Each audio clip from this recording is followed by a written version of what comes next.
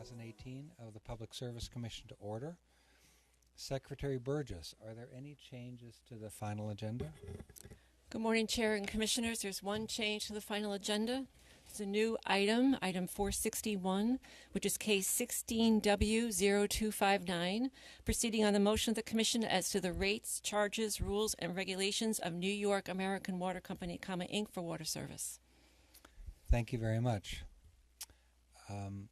With that, we'll proceed to the regular agenda.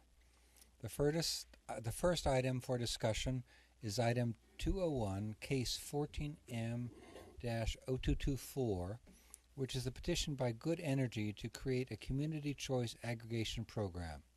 Presented by Kelly Strait, Utility Analyst, Bruce Alch, Chief Retail Access and Economic Development, and Ted Kelly, Assistant Counsel, are available for questions. Kelly, please begin. Good morning, Chair Rhodes and Commissioners. Item 201 addresses a petition filed by Good Energy to serve as a community choice aggregation administrator for several municipalities in New York State. The filings by Good Energy include a master implementation plan, a generic data protection plan, and certifications of municipal authorizations to form a CCA.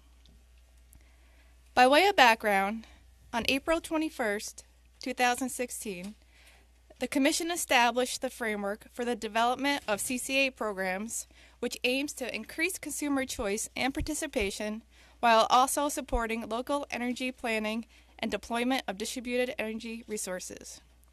In the CCA program, one or more municipalities aggregates the load of its residents and small businesses on an opt-out basis and procures energy and potentially DER services on their behalf. The CCA Framework Order authorized interested municipalities on their own or through their selected CCA administrator to make a series of filings, as has been done by Good Energy, for Commission consideration to initiate a CCA program. The CCA Framework Order required that the implementation plan include a description of the plan and its goals, a public outreach plan, drafts of written communications with its residents, including an opt-out letter, contact information for a CCA liaison to respond to questions or concerns by potential CCA customers, and identification of at least one local official or agency in each municipality that residents may contact with questions or comments. The CCA administrator is also required to file updates and supplements to the implementation plan as appropriate, including final versions of customer opt-out letters that provide details on program contracts. After review, staff finds that Good Energy's proposed CCA program complies with the Commission's framework order and meets the general requirements laid out in that framework order. However, some minor revisions to their implementation plan and data protection plan are needed. To be consistent with the mega order, Good Energy should remove customer account number from its definition of customer contact information in both its implementation plan and data protection plan, and should ensure that its outreach and education period will take place over no less than a 2-month period, and that the opt-out period will last at least 30 days and cannot begin until the outreach and education period ends. Lastly, Good Energy will need to update their implementation plan to confirm that limited English proficiency consumers will continue to receive translation services throughout the life of the CCA program. These revisions can be provided in a compliance filing. That concludes my presentation. I am available for questions. Thank you.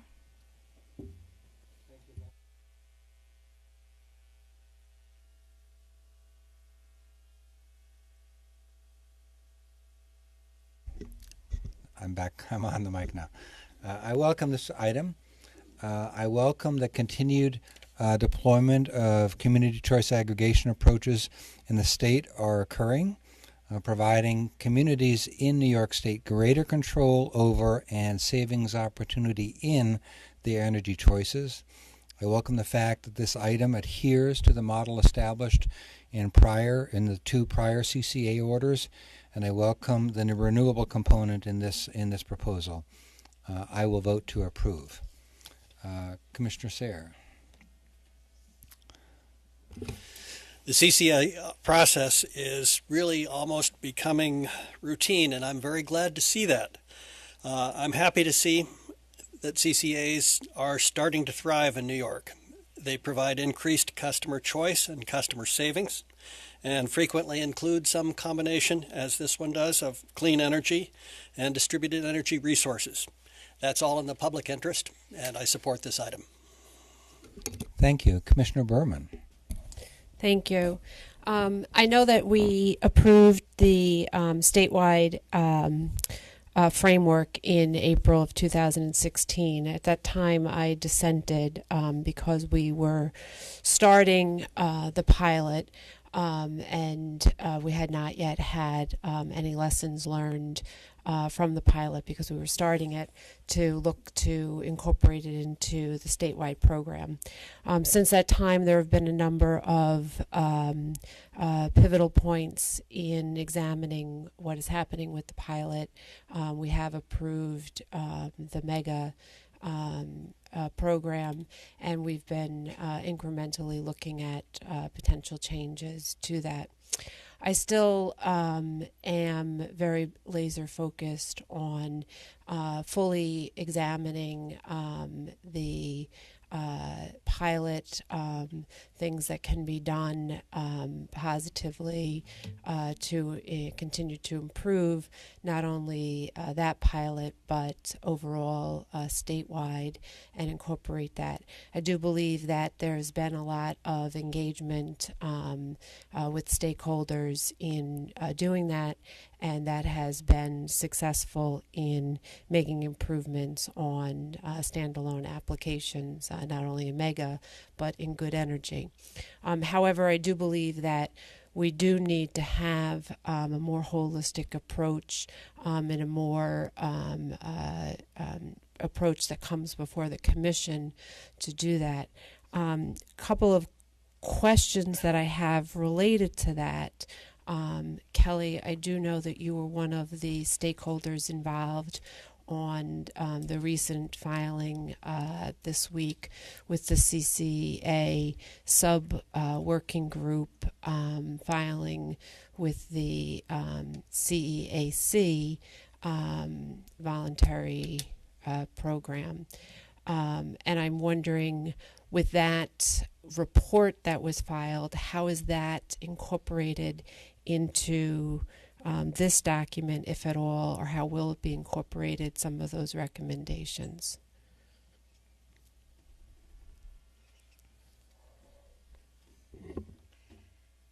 So I don't think the report's going to be incorporated into this plan right now. A lot of it is recommendations going forward with the implementation of, or the integration of the community DG element. Things like consolidated billing that needs to be done. If those issues can be resolved, then Good Energy would be able to adopt them moving forward. Well, one of the concerns that I have is that there are a number of working groups and subgroups that have been moving along. Some of them are moving along very successfully, some of them not so successfully.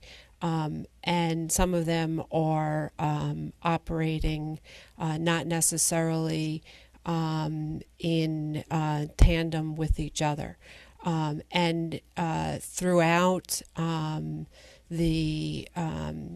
tenure on the commission, I have been concerned about working groups, advisory groups, and the councils, and when they are moving along, how that matches up to working together, and also what those advisory roles are that then are making recommendations that perhaps need to come back to the commission and have weigh in on that.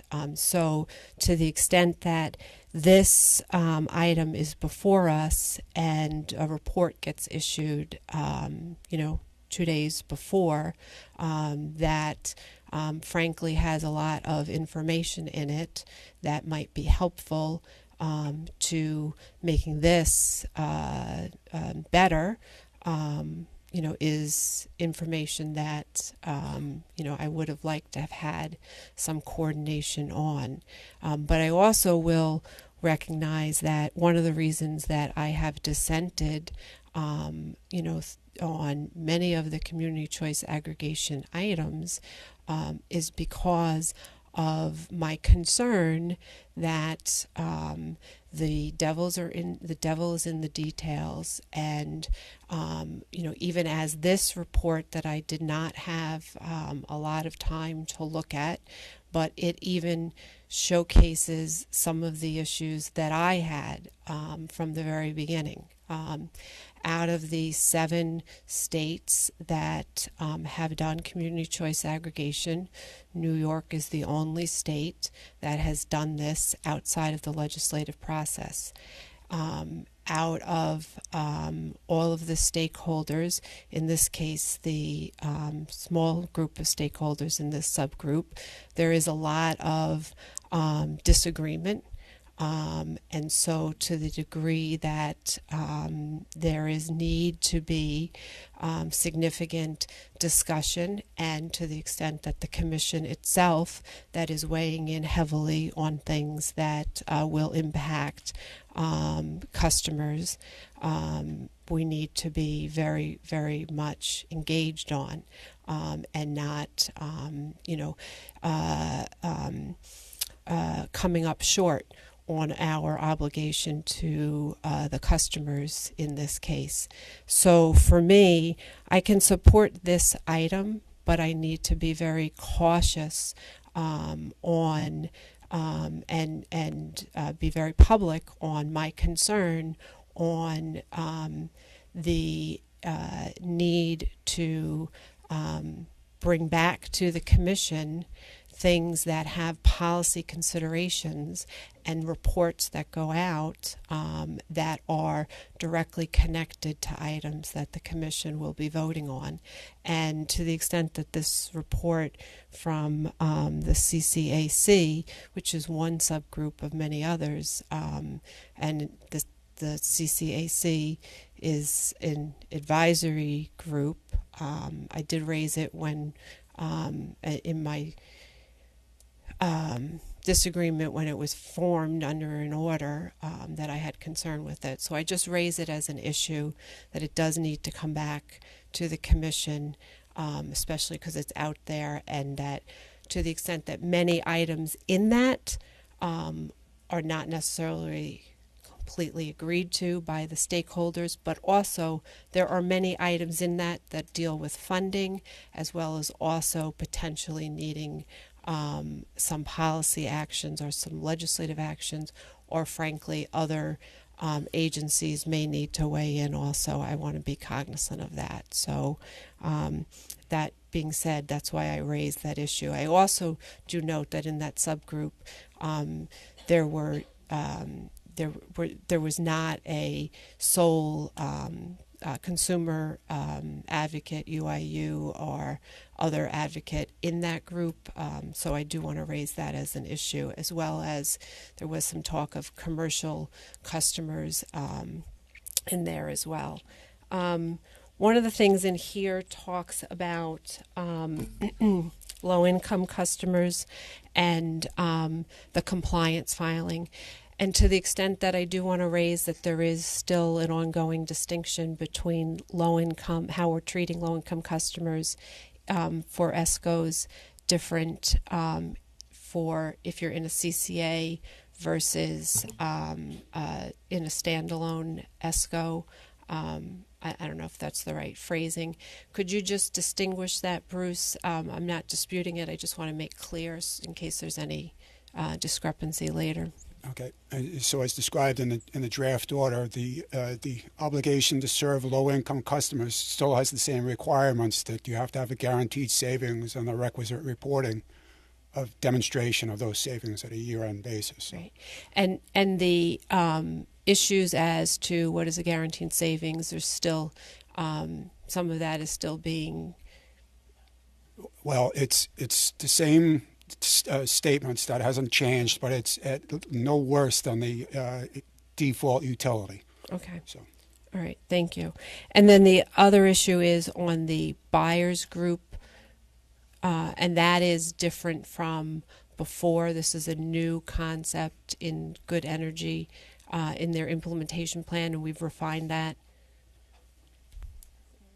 I think it's somewhat similar to the mega model, but Yep. with some minor distinctions based just how on Good Energy has operated in other states and is interested in operating, where I think Good Energy explicitly provides a little more flexibility for municipalities to decide who they want to partner with. Mega was open to that as well, but kind of focused on the idea of buyers groups based on utility service territories and utility zones, subzones, whereas Good Energy is kind of has a more flexible interpretation of what a buyer's group is. That's kind of a voluntary municipal choice in which other municipalities it wants to join with.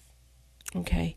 And I do thank you. I know that you've been working very hard. And Kelly, I know that especially you've been drilling down a lot on a lot of these issues.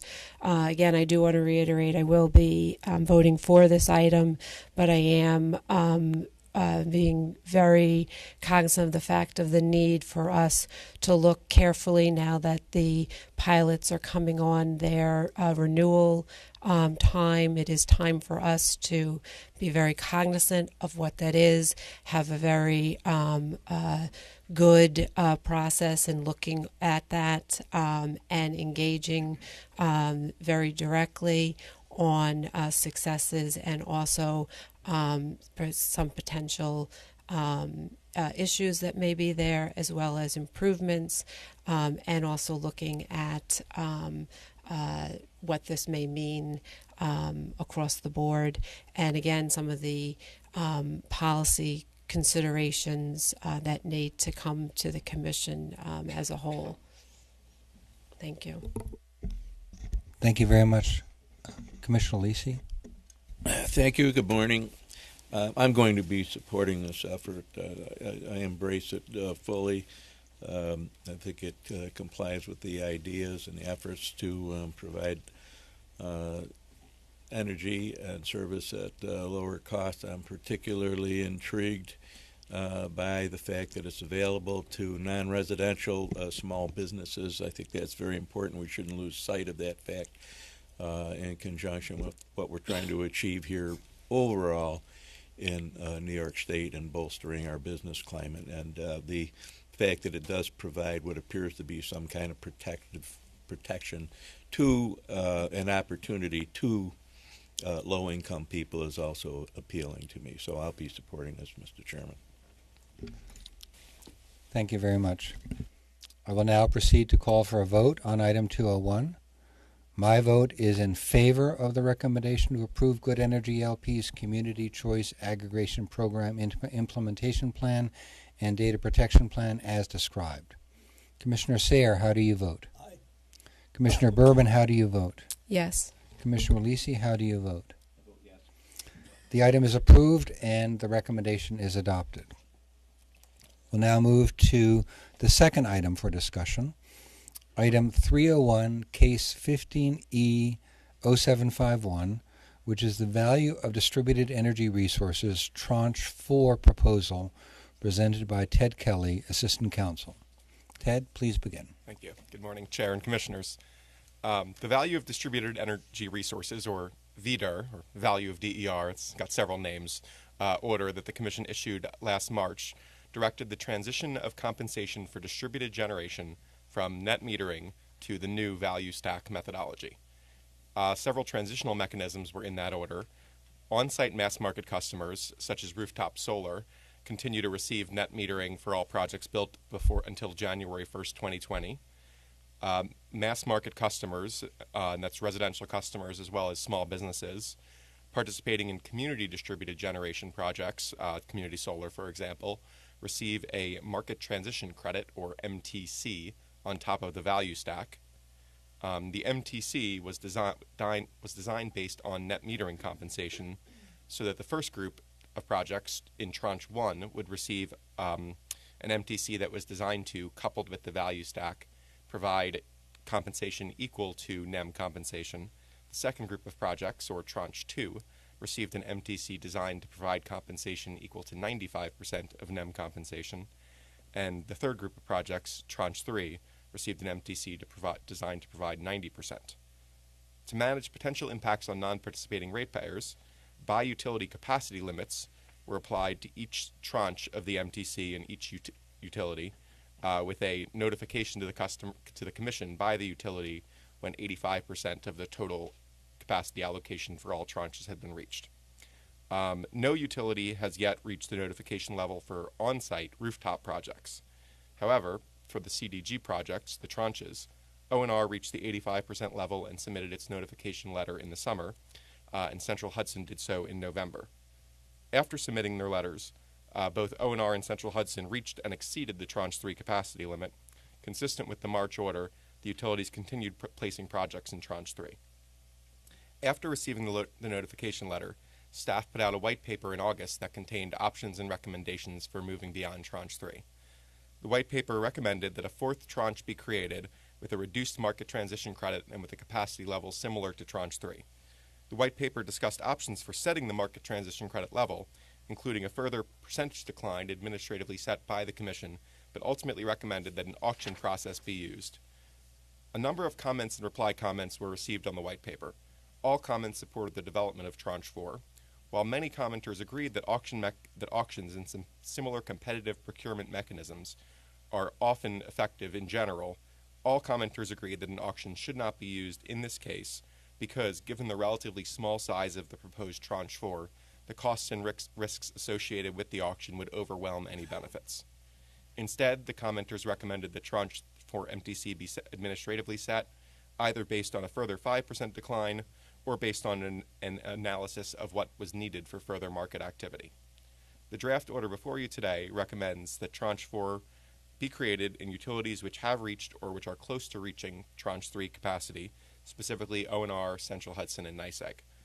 That Tranche 3 be immediately closed in O&R and Central Hudson, and that Tranche 3 be immediately closed when it reaches capacity in NYSEG, where it's relatively close to being full but is not yet full.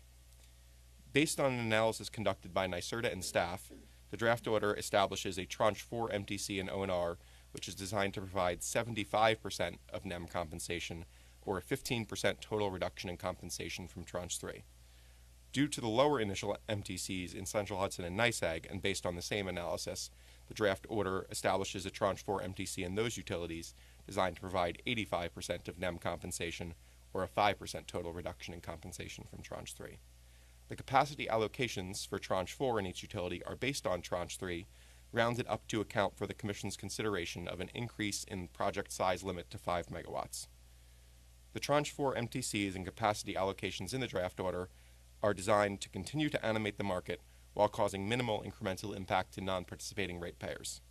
This will also encourage developers to find and build projects in the locations that have the highest values and lowest costs, consistent with the goals and principles of REV. To avoid further impacts on a focus group of ratepayers, in particular the residential ratepayers in the relatively small utility territories of O&R and Central Hudson, the Tranche 4 capacity allocations are hard caps, such that once they are reached in a utility territory, no further market transition credit will be available for new projects. So that the market is not subject to unreasonable uncertainty or delay, the order directs staff to immediately begin working with stakeholders and NYSERDA to develop a proposal for compensation once Tranche 4 has been filled in a territory, which should specifically consider statewide funding mechanisms such that the impact of any further projects is not focused on those small groups of ratepayers. Thank you, and I'm available for questions. Thank you, Ted. I'll begin with my remarks. I welcome this item. I find that it represents a thoughtful outcome, preserving our interest and advancing compensation for distributed energy resources, including solar, basing that compensation on value. I find that it gives developers and customers clarity to work with and preserves the ability, their ability to deploy this resource, solar. And I find that it does so while minimizing the cost to ratepayers. I will vote to approve. Commissioner Sayre? I'm in agreement with the chair's comments. This item required a hard look to balance the public interest in increasing and supporting new clean energy resources against the incremental burden of these programs on non-participating customers. I think this item strikes an appropriate balance.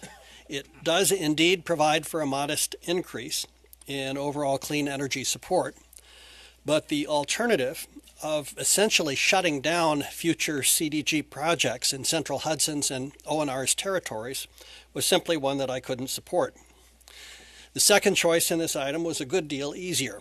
Once we decided to go ahead with an additional tranche, as the chair said, and as Ted said, it was clear from the comments that requiring a reverse auction for the available support would set up an unwieldy and expensive process for a relatively small area, and by itself might have severely discouraged new project development. So this item sets the approach, the support amount administratively, and I think it strikes a good balance there. Thank you. Commissioner Berman? So, can you just explain in layman's terms, tranche 3, what happens after it gets filled?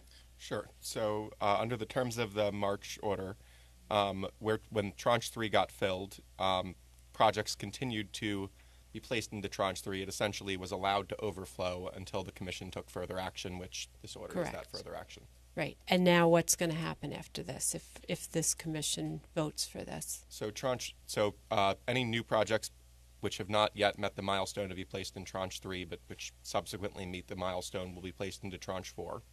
Once Tranche 4 is filled up in a given utility, there will be no MTC available to any new projects unless and until a new decision is made on the Commission, for example, on the staff's proposal for a statewide funding mechanism. Has there been any analysis on what that cost shifting may be? So the cost shifting of Tranche 4 is relatively minimal. The estimates contain a lot of assumptions, but under 0.33% and likely under 0.25%. And what about if we go beyond that? I'm not sure I understand. It would depend how we went beyond it. Certainly, it Right. would depend what level we went beyond Right. that. And when will we make that determination? So the order requires staff to make a proposal, I believe, by May 1st. That would then go out for public comment. So sometime, I don't have the dates on me for the length of the public comment process, by April 30th, actually. But sometime by late summer or early fall at the latest, that would be ready for a Commission decision. Okay. So there seems to be concern that there is potentially a cost shifting problem, and that we have to account for that, and that we have to worry about the non-participating customers. Is that fair to say? Yes. Okay. And that because of that, we are trying to figure out what the right balance is. Is that fair to say? Okay.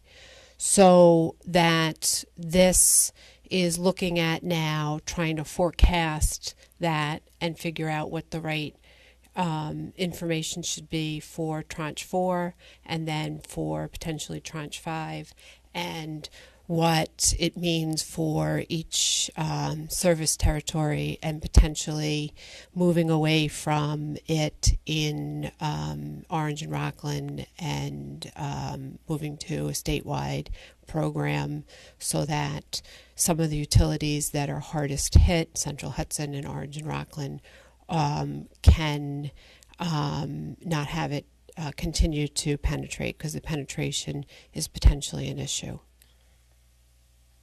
I think it's an issue on the potential cost shift side. It's not an issue on sometimes penetration is spoken of as an issue in terms of system impact, impact on the energy system, and we don't have any concerns about that at this time. But on the potential cost shift side, yes.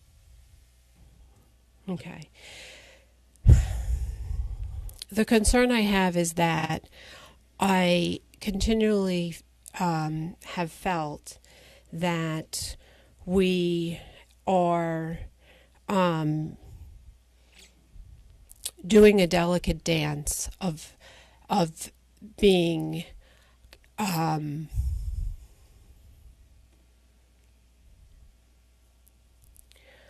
unwilling to admit that we may have a problem in going from net metering to value D and the transition of that, and what that means for when we lift and completely get rid of net metering and the grandfathering issue. Back in October 2015, when we had an order establishing interim ceilings on the interconnection of net metered generation, I dissented at that time. That was when when the commission at that time lifted temporarily the net metering caps. And at that time, I was very concerned about what I felt was that we needed to really take a hard look. And I'm going to read my dissent because I believe strongly that many of the words in my dissent apply today. I strongly believe in the vision of New York's reforming energy vision. I understand that we need to work together to enable self-sustaining clean energy markets at scale and build a cleaner, more resilient, and affordable energy system. The achievement of our goals will not happen overnight.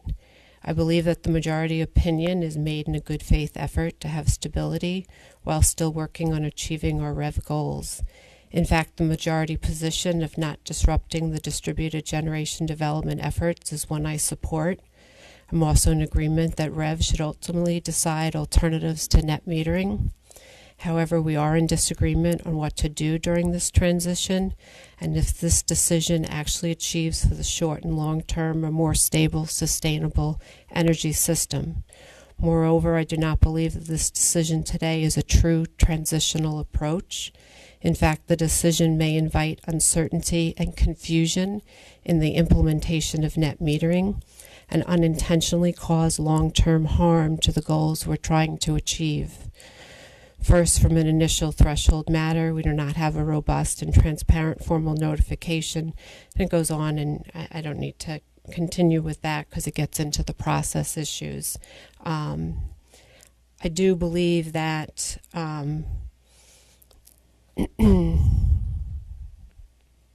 that we're back to the same issues, though, where we mean well, we're trying to work through it, but that at the end of the day, we need to do some more calculations on what this means from penetration, and also whether or not we are potentially not making some harder choices now, and also looking at if we are going to, again, look at now taking this statewide. It goes back to that Public Service Law, Section 66, which I do believe that while we may have gotten away from it by moving away from it to a value stack, it still goes back to the same basic tenet of the Public Service Law. I do believe my dissent, questioning whether or not we had gone too far and exceeded our legal authority,